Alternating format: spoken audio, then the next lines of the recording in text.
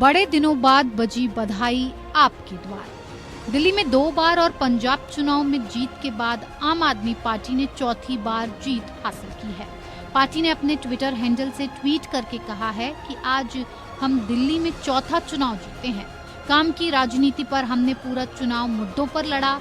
दिल्ली की जनता ने संदेश दिया है, पॉजिटिव राजनीति करो, नेगेटिव नहीं।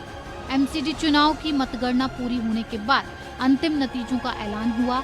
चुनाव में आम आदमी पार्टी ने 134 सीटें, बीजेपी ने 104 सीटें, कांग्रेस ने 9 सीटें और निर्दलीय ने 3 सीटें जीती। इस जीत से आम आदमी पार्टी गदगद है। दिल्ली के मुख्यमंत्री और आम आदमी पार्टी के संयोजक अरविंद केजरीवाल ने कहा कि नतीजों ने बीजेपी का अहंकार तोड़ दिया है। मैं फिर से दिल्ली के लोगों को बहुत बहुत बधाई देना चाहता हूं और साथ सबको एक चीज और कहना चाहता हूं, अहंकार मत करना। बड़े बड़े सत्ता गिर गए हैं अहंकार से। हालांकि केजरीवाल ने दिल्ली को बदलने के लिए सबके साथ मिलकर काम करने की बात कही। साथ ही प्रधानमंत्री नरेंद्र मोदी से आशीर्वाद भी मांगा है। हमें दिल्ली को ठीक करने में सबके सहयोग की जरूरत है और खासकर हमें केंद्र सरकार की मदद भी चाहिए, केंद्र सरकार का सहयोग भी चाहिए। हम आज इस मंच के जरिए से मैं केंद्र सरकार से भी और खासकर प्रधानमंत्री जी से भी दिल्ली को ठीक करने के लिए आशीर्वाद चाहता हूं कि उनका भी, प्रधानमंत्री जी का भी और केंद्र सरकार का भी आशीर्वाद हमें चाहिए। अगर एमसीडी चुनाव में वोट शेयर की बात करें तो इस चुनाव में आपको 42.05%, बीजेपी को 39.09%, कांग्रेस को 11.68%, बीएसपी को 1.80%, निर्दलीय को 3.46% और नोटा को 0.78% वोट मिले। वहीं आबकारी घोटाले के आरोप से घिरे दिल्ली के उप मुख्यमंत्री मनीष सिसोदिया ने कहा कि ये जीत कट्टर ईमानदार पार्टी की जीत है।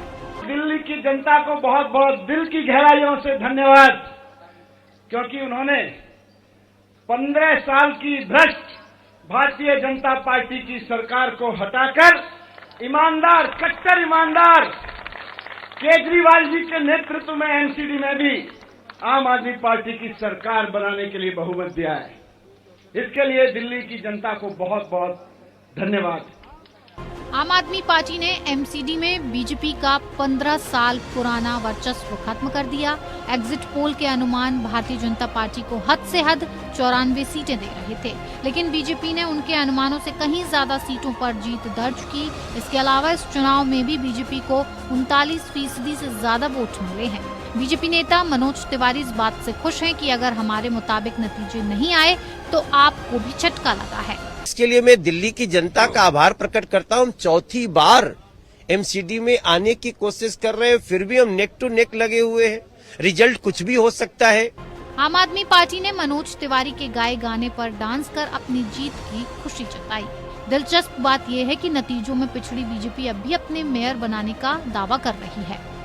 दरअसल मेयर चुनाव में दल बदल कानून लागू नहीं होता है। ऐसे में बीजेपी को अपने मेयर को जिताने के लिए दूसरे दलों के पार्षदों का समर्थन मिलने की पूरी उम्मीद है। हालांकि आम आदमी पार्टी बीजेपी के इस दावे को खारिज कर रही है और कह रही है कि मेयर उनका ही बनेगा। दिल्ली के अंदर अभी मैं भाजपाइयों को सुन रहा था, अभी भी कह रहे हैं मेयर हमारा होगा। 20-25 सीटें कम है और हमारी सीटें बहुमत से ज्यादा, काफी ज्यादा हैं, फिर भी कह रहे हैं मेयर हमारा होगा। दुनिया की सबसे बड़ी बेशर्म पार्टी है भारतीय जनता पार्टी। सबसे ज्यादा दुर्गति कांग्रेस की हुई है, उसे महज 9 सीटों पर ही जीत हासिल हुई है। वहीं पिछले एमसीडी चुनाव में मिलने वाले 21% वोटों में भी सेंध लग गई है। कांग्रेस को इस बार 11% के आसपास वोट हासिल हुए हैं।